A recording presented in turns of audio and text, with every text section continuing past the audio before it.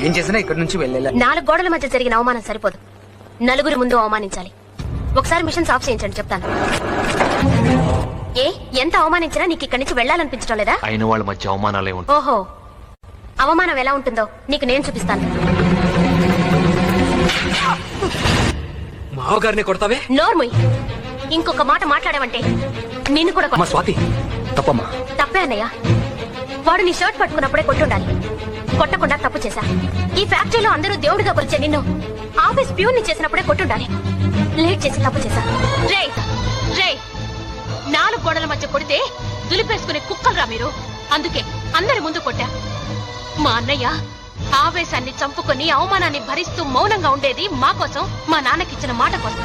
లేదంటే నువ్వు చచ్చి ఇప్పటికి చాలా రోజులై ఉండేది. ఇప్పటి వరకు అన్నయ్యని చూస్తే ఉచ్చ పోసుకునేవాళ్ళు ఈ రోజు అధికారం రాగానే అన్నయ్యని అవమానిస్తారా? ఆస్తి కోసం రాముని వదిలి రాక్షసుని నమ్ముతారా? ఏదో ఒక రోజు వీడే మిమ్మల్ని నవిలి మింగేస్తాడు, గుర్తుంచుకోండి. ఇలాంటి నీచుల మధ్య నేను ఒక్క క్షణం కూడా ఉండలేనన్నయ్య. నీ దగ్గరే ఉంటాను. నన్ను నీతో తీసుకెళ్లి